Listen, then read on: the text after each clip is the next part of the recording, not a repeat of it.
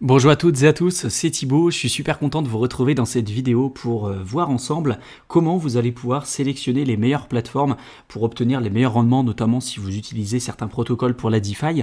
Si vous êtes intéressé de près ou de loin à la DeFi, on vous a déjà parlé à de très nombreuses reprises, à la fois par exemple de Uniswap, on vous a parlé également aussi de Compound, on vous a parlé un petit peu de Aave, de Synthetix, et puis également d'une plateforme décentralisée qui s'appelle DYDX.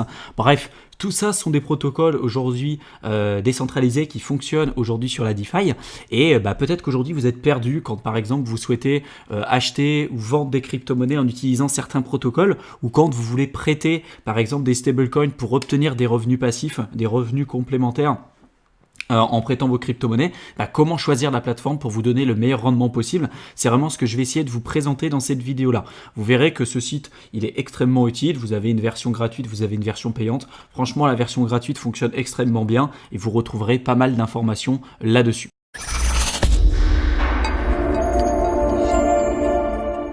Donc là, juste en dessous de la vidéo, je vous mettrai un lien qui vous permettra d'aller sur ce site et sur lequel vous allez pouvoir retrouver le tableau suivant. Alors là, ici, sur la gauche, vous allez voir les différentes plateformes. Donc là, par exemple, on a DDEX, on a Aave, on a Oasis, Compound, DYDX, etc., BZX également. Et puis en haut, vous allez avoir tous les différents stablecoins et tous les différents tokens que vous allez pouvoir retrouver et utiliser pour interagir avec les différents protocoles de la DeFi. Donc là, par exemple, si on prend le cas de Compound et de DAI, on voit qu'on a un score aujourd'hui de 7,7. Alors ce score, il va prendre tout un tas d'informations. Il va prendre en compte à la fois la qualité de la plateforme en question, il va prendre en compte la demande concernant le stablecoin, il va prendre en compte la liquidité du stablecoin et puis du protocole que vous allez devoir utiliser. Il va prendre en compte aussi la sûreté et la sécurité du réseau à l'instant T. Bref, il y a tout un tas d'informations qui seront prises en compte pour vous donner une note. L'idée, vous l'avez compris, ça va être de choisir à la fois les protocoles avec les stablecoins ou également les tokens à utiliser en premier lieu pour obtenir les meilleurs rendements sans pour autant mettre notre capital à risque. Ça, c'est super important. Donc, comment vous allez pouvoir faire? Déjà, vous allez pouvoir utiliser ce tableau-là qui est déjà extrêmement bien fait. Mais en plus de ça, si vous cliquez ici sur Compare Lending Platform, vous allez arriver sur cette page. Sur cette page, vous avez deux onglets. Le premier onglet, c'est Asset, donc c'est actif, et de l'autre côté, vous allez avoir Plateforme. En haut, vous allez avoir les pourcentages de rémunération des différents types d'actifs. Là, qu'est-ce qu'on observe aujourd'hui? On voit que sur les stablecoins, aujourd'hui, on a clairement les meilleurs rendements. On voit que pour le DAI, les meilleures plateformes nous permettent d'avoir des rendements de 15,41%. Sur l'USDT, on est plutôt à 13%. Sur l'USDC, là, on peut monter jusqu'à 58,52%. Et puis par contre, on voit que sur les autres types d'actifs comme le Synthetix ou le MKR ou le Lend ou le Link, etc., on est clairement sur des pourcentages qui sont pas du tout intéressants.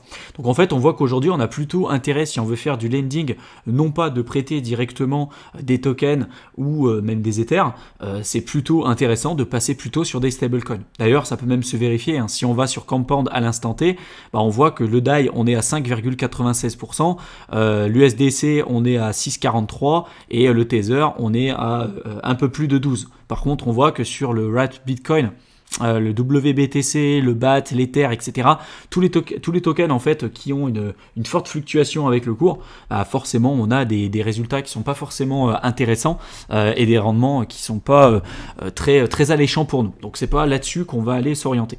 Sachant que bien évidemment, les pourcentages, ils fluctuent. Il n'y a qu'en France où on a des taux d'intérêt qui sont fixes, par exemple, quand vous investissez dans l'immobilier, mais dans le monde entier, par exemple aux États-Unis, si vous investissez dans l'immobilier, vous êtes à taux variable. Et en fait, en réalité, la DeFi, ça reprend un petit peu en compte ce qui se passe dans le secteur financier traditionnel. Les rendements annualisés que vous obtenez en utilisant vos actifs, c'est pas quelque chose qui est censé être fixe avec le temps. Ça évolue en fonction de l'offre et de la demande. Et c'est exactement pour ça que du coup, vous avez des fluctuations un petit peu du cours, que ce soit sur le DAI, les stablecoins. Vous voyez qu'aujourd'hui, c'est plus intéressant d'aller sur des stablecoins, mais il y a eu quelques fois où c'était plus intéressant d'être plutôt sur des tokens comme Uniswap ou le 0x Protocol ou le BAT, tout simplement. Donc ça va dépendre un petit peu de où est-ce que vous allez vous situer. Donc si je reviens à ma plateforme, on voit qu'aujourd'hui ce qui est le plus intéressant, c'est notamment d'utiliser les DAI, l'USDC, etc.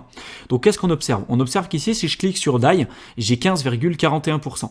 Donc là, on voit qu'on a toutes les différentes plateformes qui sont aujourd'hui disponibles, qui ont des bons scores, hein. On voit qu'on est soit là à 9,7, 7,2, 7,8 et puis également 7,2.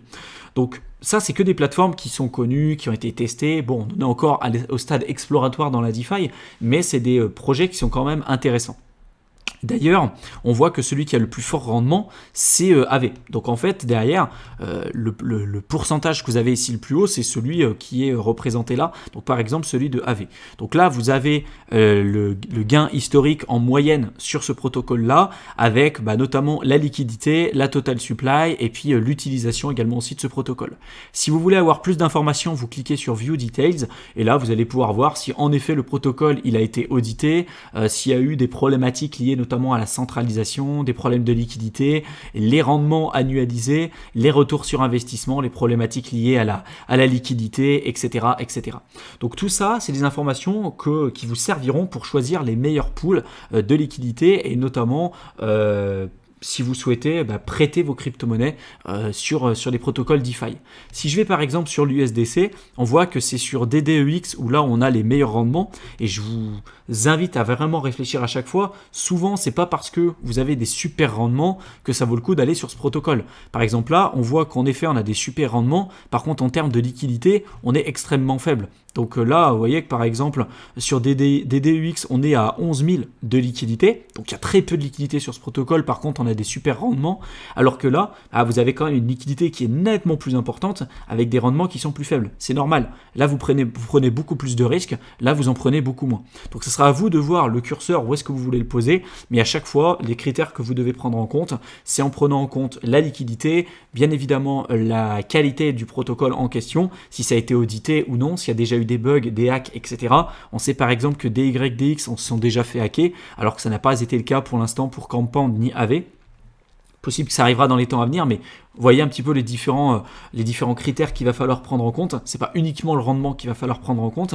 Et là ici vous avez également l'onglet plateforme qui va vous permettre de voir les meilleurs rendements que vous pouvez obtenir en fonction des différents stablecoins sur les plateformes. On voit qu'aujourd'hui, si je prends le cas de cette plateforme, donc notamment là si je vais sur DDEX, on voit que le meilleur rendement que je peux obtenir, c'est bien sur l'USDC, avec forcément, comme je vous l'ai montré tout à l'heure, une liquidité qui est relativement faible.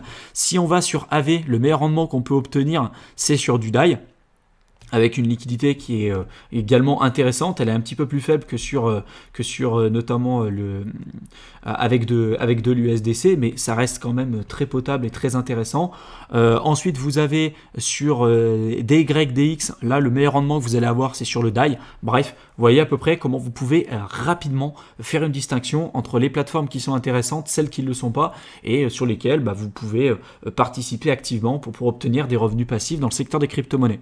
D'ailleurs, si le secteur des revenus passifs vous intéresse, avec notamment tout ce qui est pool de liquidité, le lending, etc., on a tout un programme qui s'appelle Crypto Rentier, dans lequel on vous explique ça dans les détails, On vous explique notamment, on parle des masternodes, on parle de la DeFi, on parle du lending, on parle de vraiment tout ce qui est lié de près ou de loin aux revenus passifs dans le secteur des crypto-monnaies.